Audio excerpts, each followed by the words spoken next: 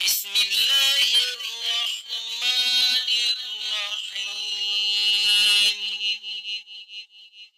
الرحیم۔ جی، سوال کیا جاتا ہے کہ پانی، دودھ وغیرہ یا پینے کی کوئی بھی اشیاء ہے، اس میں مکھی مچھر وغیرہ گر جائے تو اسلام میں اس کے بارے میں کیا حکم ہے؟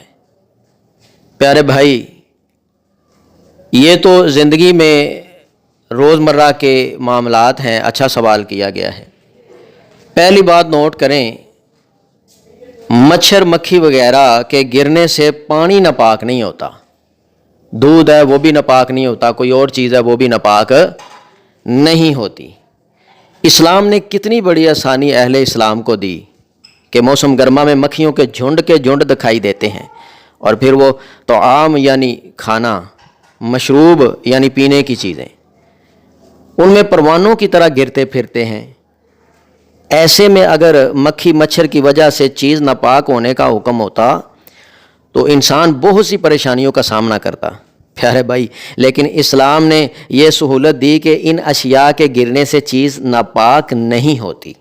البتہ اگر طبیعت نہ پسند کرے، دل نہ مانے، تو وہ الگ بات ہے۔ حضرت ابو ہریرہ رضی اللہ تعالی عنہ سے مروی ہے کہ رسول اللہ صلی اللہ علیہ وآلہ وسلم نے فرمایا، اذا وقع الذباب فی اناء احدکم فلیغمسہ کلہ ثم لیطرحہ فإن فی احد جناحیہ شفاء وفی الآخر داء۔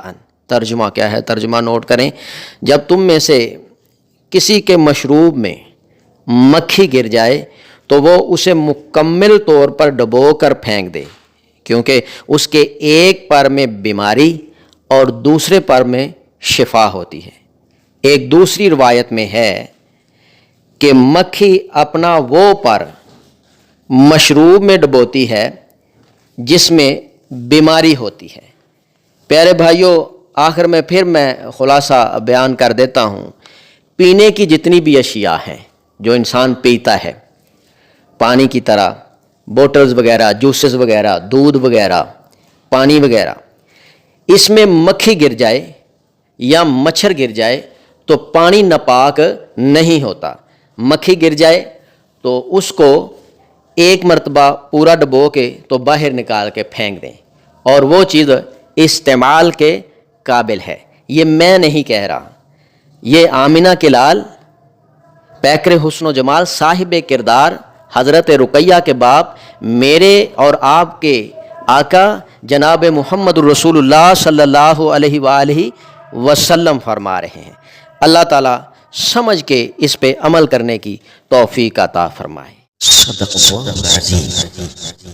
اگر آپ کو اس ویڈیو سے دینی فائدہ ہوا ہے تو حق بنتا ہے کہ آپ اس اسلامی چینل کو لازمی سبسکرائب کر دیں، لائک کریں اور کمنٹ میں اپنے خیال کا اظہار کرنا مت بھولیں۔